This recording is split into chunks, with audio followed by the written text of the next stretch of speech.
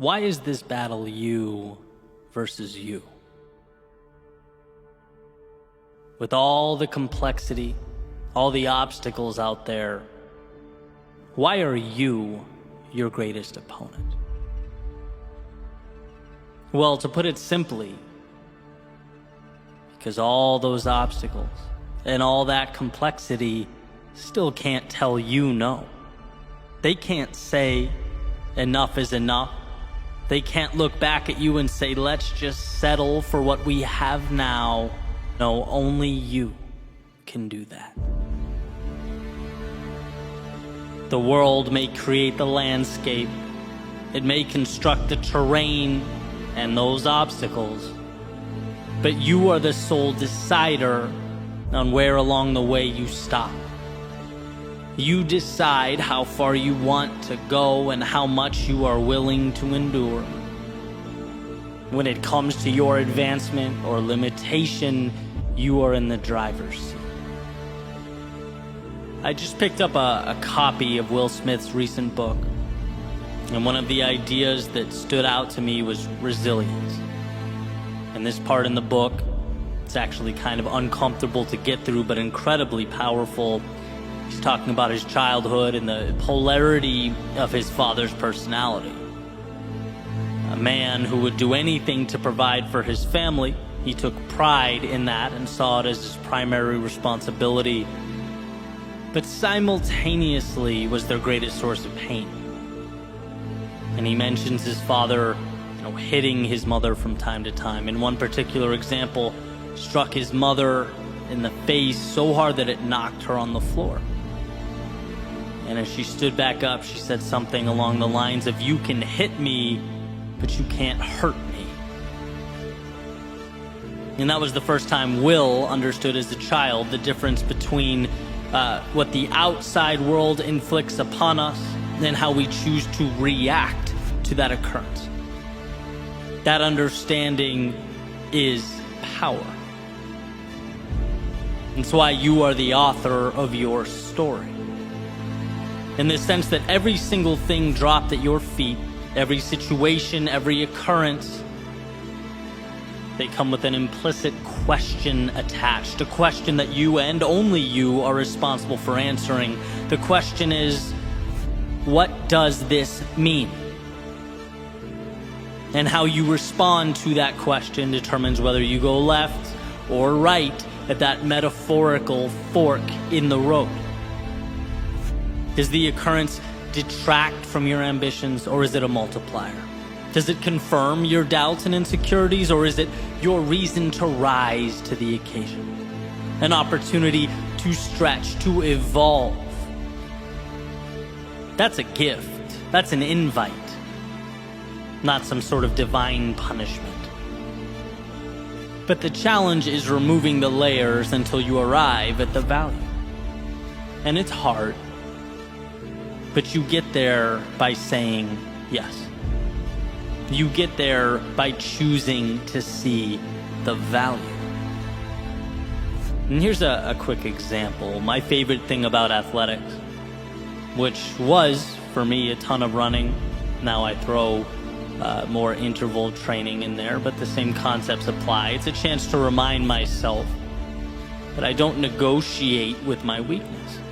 I don't give myself an opportunity to rationalize with the voice that wants me to quit. That question, that fork in the road, I answered it. I charted its course before the workout started,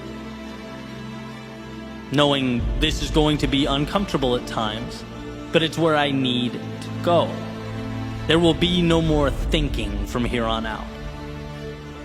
And so today's workout, for example, switching deadlifts, burpees, to squats, to core, you don't think. You see the next requirement, the next task, and you simply say yes. You don't need your mind for this. In fact, you go before your mind even knows where it's going, because that dotted line has already been signed. And that was the breakthrough for me. When you separate what you have to do with the hurt associated with doing that thing, you free yourself. After all, what's there to hold you back if you can't talk yourself out of doing things? See, we tend to think our greatest adversity is the pain, or the confusion, or the unknown. But it's like, no, those are the byproducts of doing anything of significance. The adversary is the voice that begs you to slow down because of those things. And if you can figure out in your own life how to create space between the two, how to separate the task and the discomfort often brought about by the task, there's nothing that will ever be able to slow you down. And look, I'm not saying that you walk around without ever utilizing the power of that brilliant mind you possess. One's ability to think is everything. But what I am saying is there is a time to shut it off. There is a time in which, to avoid overthinking, we simplify. Action, reaction. One more mile, okay, end of story. 1 minute of jump squats next, roger that, period. It's taking the emotion out of the process, refusing to leave the door cracked for the inner dialogue that says, hey, maybe you don't do this, maybe you slow down, are you sure you can handle what's next? No, all of that is tuned out. It's assignment, go. Next, go. Next, go. You know this is the right thing. You did your thinking before grabbing the sword, shield, and stepping into the arena. Now guess what? It's instinct. It's doing what has to be done. And what has to be done hurts. And look, you didn't have to accept that. You didn't have to step in. You could have stayed home, but somewhere along the way you looked in the mirror and said, the difficult path is the one with the value. And now here you are, face to face with hungry lions, clashing swords with your adversaries. There's no turning back now. Now is when you parse out pain from the objective. The pain is now part of the audience.